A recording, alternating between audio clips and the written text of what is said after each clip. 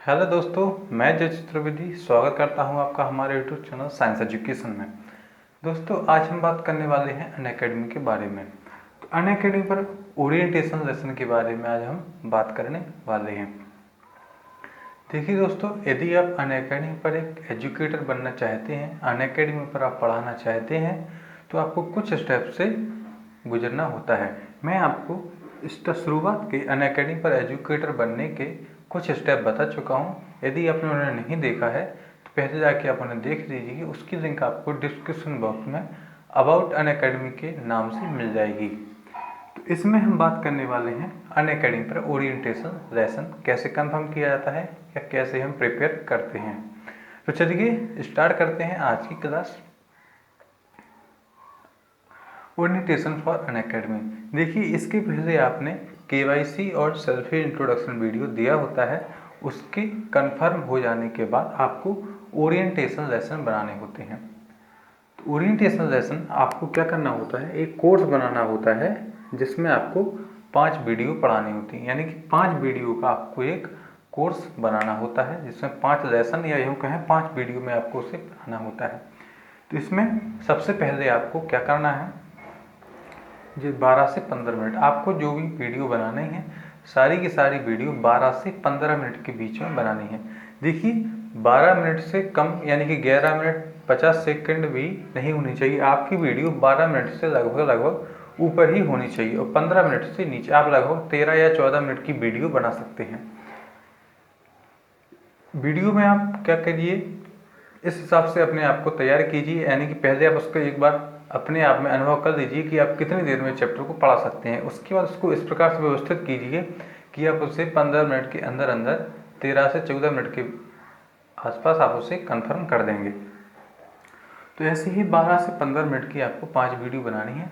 और इसमें एक बात का और ध्यान रखना है, आपको केवल और केवल एक विषय का कोर्स बनाना है। एक तरीके से ऐसा नहीं है आप उसमें सारे कोर्स पढ़ाए जा रहे हैं या सारी अलग अलग चैप्टर से आप भागे जा रहे हैं। मान लीजिए यदि आपने कोई कोर्स ज्योग्राफी का चुना है, मान लीजिए भूगोल, आप भारतीय भूगोल पढ़ा रहे हैं, तो आप उसमें 5 वीडियो आप जो है भारतीय भूगोल से ही बनाएंगे। ऐसा नहीं है आपने एक वीडियो भूगोल से बना दी, अगली वीडियो में आप इतिहास पढ़ा रहे हैं या कोई और पढ़ा रहे हैं। तो आपको इस बात का ध्यान रखना है, जिस किसी भी का भी कोर्स होना है कि वो केवल एक ही विषय का हो। ठीक है, आई होप इतनी बात आपको समझ में आ गई होगी। इसके बाद आपको क्या करना है, कॉपीराइट। आप जो भी पढ़ा उसमें कॉपीराइट कंटेंट नहीं होना चाहिए। कॉपीराइट कंटेंट अर्थात ऐसा नहीं है आप कोई किसी वेबसाइट से इमेज लेके या किसी वेबसाइट से कोई हेडिंग लेके आप उसे पढ़ाने लगें, ऐसा आपको नहीं करना है। एक कॉपीराइट कंटेंट में आता है और आपका ओरिएंटेशन लेसन रिजेक्ट हो जाएगा। इसके बाद आपको क्या करना है, पर्सनल डिटेल आपको नहीं बतानी है। जब आप उसमें पढ़ा रहे हैं तो आपको अपनी पर्सनल डिटेल नहीं बनानी है। इसका मतलब यानी कि आप उसमें सिर्फ नाम बताएंगे कि हेलो मेरा नाम है जय चतुर्वेदी, आप उसके बाद उसमें पढ़ाने लगी। ऐसा नहीं है, आप उसमें बता रहे हैं मेरा यूट्यूब चैनल है या मेरा ये वाला ग्रुप है, उसमें आकर मुझसे जुड़ सकते हैं। तो ये सारी चीज़ें आपको उसमें नहीं बतानी है। यानी कि पर्सनल डिटेल कोई भी उसमें नहीं देनी है सिवाय अपने नाम के। इसके बाद आता है रेशियो। रेशियो का अर्थ क्या है, जब भी आप ओरिएंटेशन लेसन का जब कोर्स बनाएंगे तो या तो आप उसे हैंड रिटन नोट्स बनाएंगे या आप उसे PPT के रूप में बनाएंगे।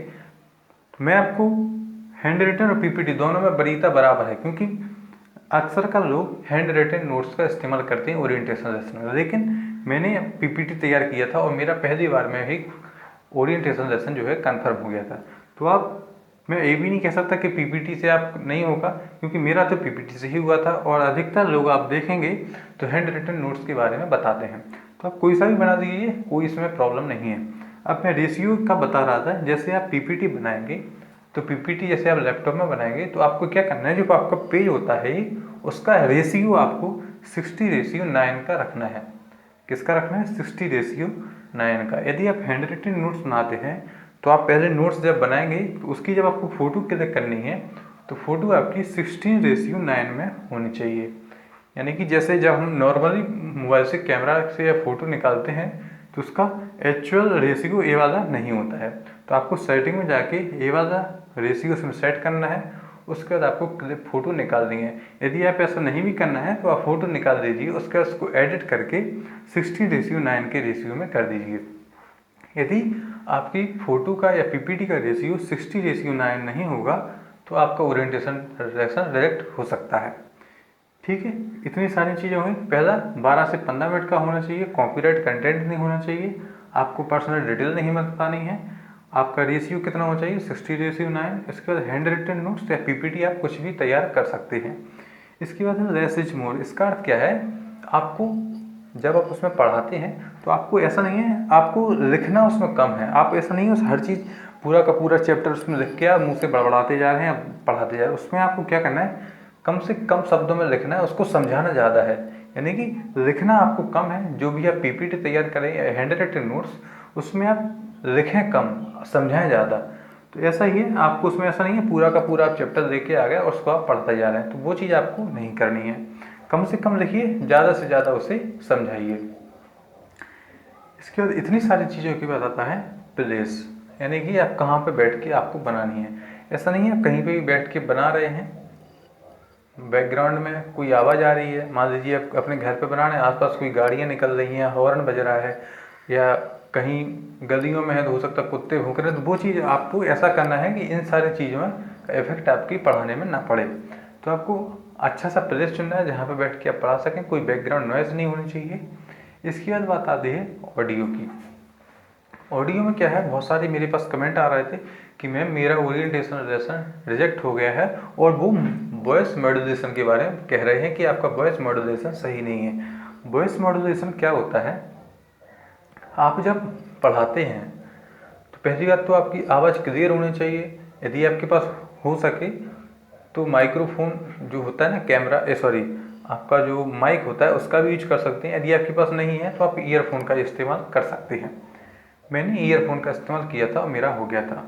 और उसके रही बात वॉइस मॉड्यूलेशन की, तो उसमें आपको जैसे क्या होता है, ऐसा नहीं है आपने कोई मान लीजिए हैंड रिटन नोट्स या आपका पीपीटी है, आप उसमें डायरेक्ट पढ़ाते जा रहे हैं, बोलते जा रहे हैं, आपका जो आवाज़ है उसमें उतार चढ़ाव होना चाहिए। कैसे, मान लीजिए आपने कोई भी लाइन पढ़ाई, यदि उसमें फुल स्टॉप है तो वहाँ पे आपको थोड़ी देर रुकना है। ऐसा नहीं है आप पढ़ाते जा रहे हैं, बोलते जा रहे हैं, समझा कुछ नहीं रहे हैं, या आप समझा भी रहे हैं तो एक ही जगह में समझा रहे हैं, वो चीज़ भी आपको नहीं करनी। मान लीजिए कोई चीज़ इंपॉर्टेंट है तो उसमें थोड़ा आप आवाज़ को बढ़ा के भी बोल सकते हैं, कोई चीज़ नॉर्मल है तो आपको उस नॉर्मल वॉइस में उसे बोल सकते हैं। इसे बोलते हैं वॉइस मॉड्यूलेशन। जहाँ पे कॉमा है तो वहाँ पे थोड़ी देर रुकिए, जहाँ पे फुल स्टॉप है वहाँ पे भी थोड़ा रुकिए। इससे क्या होगा कि वॉइस मॉड्यूलेशन में सुधार होगा। इसी को बोलते हैं वॉइस मॉड्यूलेशन। आपको ऐसे पढ़ाना है जैसे सामने आपके स्टूडेंट बैठे हैं और आप उनको पढ़ा रहे हैं। तो आपका प्लेस हो गया, ऑडियो, इन चीज़ों का आपको ख्याल रखना है। इसके बाद है हाईलाइटर। हाईलाइटर आपको जब आप अनअकैडमी में पढ़ाएंगे तो ऐप पर ही आपको हाईलाइटर मिलता है। आप जो भी उसमें इम्पोर्टेंट चीज़ें हैं उन्हें हाईलाइटर से हाईलाइट कर सकते हैं। हाईलाइटर आपको अलग से करने की ज़रूरत नहीं है, वहीं पे आपको जब आप ऐप पे पढ़ाएंगे तो वहाँ पे हाईलाइटर आपको मिलेगा ऑप्शन के रूप में। इसके बाद ऑडियंस। ऑडियंस का मतलब होता है, आपको ऐसा नहीं है कि आप पढ़ा रहे हैं तो आपको ऐसा इस तरीके से पढ़ाइए जैसे आपको लगे सामने मेरे बच्चे बैठे हैं, कुछ लोग बैठे हैं, तो आपको सामने ऑडियंस को लेके आपको पढ़ाना है। इतनी सारी इंपॉर्टेंट चीज़ें थी आपकी किससे, ओरिएंटेशन लेसन से। इन सारी बातों को ध्यान में रखते हुए आपको ओरिएंटेशन लेसन बनाना है और आपको उसमें पढ़ाना है। इसके बाद बात आती है, जब आप ओरिएंटेशन लेसन बनाएंगे, कोर्स बनाएंगे, तो उसमें क्या है, जैसे आप कोर्स के ऑप्शन पर जाएंगे, सबसे पहले आपको कोर्स का टाइटल देना होगा, नहीं कोर्स का नाम देना होगा। तो आप कोर्स का टाइटल ज़्यादा बड़ा ना करें, कम से कम शब्दों में, या हो सके तो 7 से 8 वर्डों में कोर्स का टाइटल दे सकते हैं। ज़्यादा से ज़्यादा शब्दों में आपको नहीं देना है, कम से कम शब्दों में मोटी मोटी चीज़ें। मान लीजिए जैसे मैंने ज्योग्राफी के लेसन बनाए थे ओरिएंटेशन लेसन में, तो मैंने कोर्स का नाम रखा था इंडियन ज्योग्राफी। क्या रखा था, इंडियन ज्योग्राफी। उसके बाद आपको डिस्क्रिप्शन मस्ट है, डिस्क्रिप्शन मोस्ट इम्पोर्टेंट है। इसमें आपको सारी चीज़ें बताना है, जो भी आप इस कोर्स में पढ़ाएंगे, कौन कौन से लेसन पढ़ाएंगे, उनके बारे में क्या डिटेल में है, उन सारी चीज़ों को आपको डिस्क्रिप्शन में बताना है। इसके बाद ये तो हो गया आपका कोर्स। इसके बाद इसमें 5 कोर्स तो आपको एक ही बनाना है, लेकिन कोर्स में कितने वीडियो बनाने हैं, कितने लेसन बनाने हैं, वो हैं आपके 5 लेसन बनाने हैं। तो सारे लेसन के नाम भी आपके अलग अलग होंगे। तो आपको लेसन का नाम जो है इस तरीके से बताना है कि सामने वाले को समझ में आ जाए कि आप पूरे चैप्टर में बताने क्या जा रहे हैं।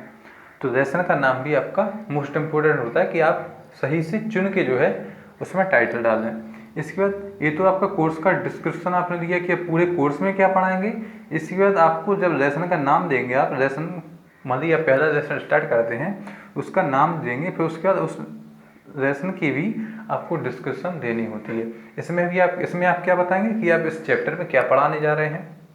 मान लीजिए पहला चैप्टर मैं इंडियन ज्योग्राफी में पढ़ा रहा हूँ, भारत की भौगोलिक स्थिति। यदि मैं भारत की भौगोलिक स्थिति बता रहा हूँ तो मैं इसमें लिख दूंगा, टाइटल क्या हो जाएगा इसका, भारत की भौगोलिक स्थिति। इसके डिस्कशन में हमने इस वीडियो में भारत की भौगोलिक स्थिति के बारे में बताया है, इसमें भारत का अक्षांशीय एवं देशांतरीय विस्तार के बारे में बताया है। इसी प्रकार से आपको लेसन के बारे में उसकी डिस्कशन में लिखना है। इतनी सारी चीज़ों को आप ध्यान में रखते हुए यदि ओरिएंटेशन लेसन बनाते हैं तो मैं गारंटी के साथ कहता हूँ आपका पहली बार में ही ओरिएंटेशन लेसन कंफर्म हो जाएगा। मैं लिख के आपको दे सकता हूँ। तो चलिए, ऐसे ही आपको ओरिएंटेशन लेसन बनाना है। यदि आपका ओरिएंटेशन लेसन मेरी वजह से कंफर्म होता है तो मेरे लिए बड़ी अच्छी बात होगी। इसके लिए आप मुझे कमेंट में जाके ज़रूर बताएंगे। चलिए, मिलते हैं आपसे अगली वीडियो में। Thank you.